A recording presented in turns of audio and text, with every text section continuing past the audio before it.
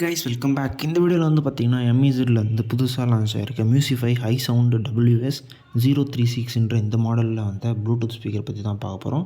First unboxing வந்து start பண்ணிடலாம். ஏற்கனவே எம்இசெட்டில் 2 வீடியோ போட்டிருப்பேன், வேறு மாடலில் வந்துருக்கும்.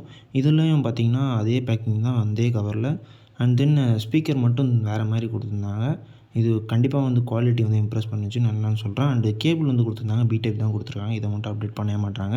மற்றபடி ஓவரால் வேறு லெவல் ஸ்பீக்கர் தான் இது. பார்க்குறதுக்கே நல்ல ஒரு ஃபினிஷ்லாம் பார்த்தாலே நமக்கு ஒரு ஹை ப்ரீமியம் குவாலிட்டி மாதிரி தெரியும்.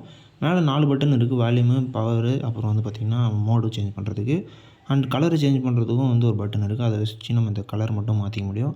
இந்த எல்இடி ஆஃப் பண்ணுற ஆப்ஷன் இருந்துச்சுன்னா நல்லா இருந்திருக்கும். ஆனால் ஆஃப் பண்ணுறது இல்லை, நிறைய பேட்டர்ன் மட்டும் வந்து மாற்றிக்கலாம். அது மூலம் தான் வந்து கொடுத்துருக்காங்க.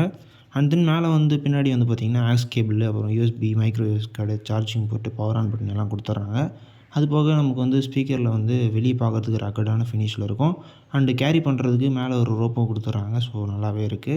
இந்த ஸ்பீக்கரோட பேட்டரி கெப்பாசிட்டி பொறுத்த வரைக்கும் 1200 mAh பேட்டரி கெப்பாசிட்டி இருக்குது. அண்ட் கண்டிப்பாக வந்து நமக்கு பேட்டரி வந்து நல்லாவே லைஃப் டைம் தருது.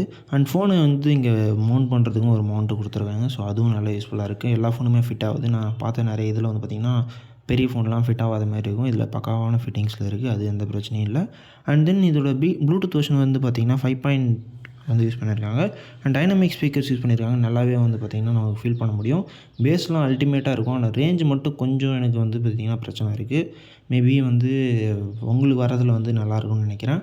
அண்ட் தென் இந்த பேஸை பாருங்கள், எப்படி எந்தளவு வந்து உங்களுக்கு ஃபீல் ஆகுன்றது உங்களுக்கு நேராக பார்த்தாலே தெரியும். வேறு லெவலில் வந்து பார்த்திங்கன்னா இதோட வைப்ரேஷனே நமக்கு ஃபீல் ஆகும். அண்ட் மியூசிக் கேட்குற வரைக்கும் எக்ஸ்பீரியன்ஸ் எல்லாமே வந்து நல்லாவே இருந்துச்சு, கேட்டு பாருங்கள்.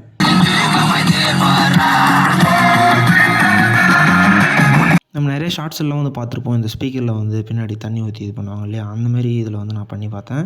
எதனா வாட்டர் லீக்கேஜ் இருக்கா, இல்லை சரி பூஃபர் வேஸ்ட் ஆகுமா அப்படின்றத செக் பண்ணுறதுக்காக.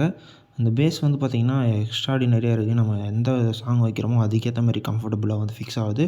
ஸோ இதில் டிலேவும் இல்லை. பேஸ் வந்து டிலே ஆச்சுன்னா நமக்கு சவுண்டோட ஃபீலிங்கே இருக்காது.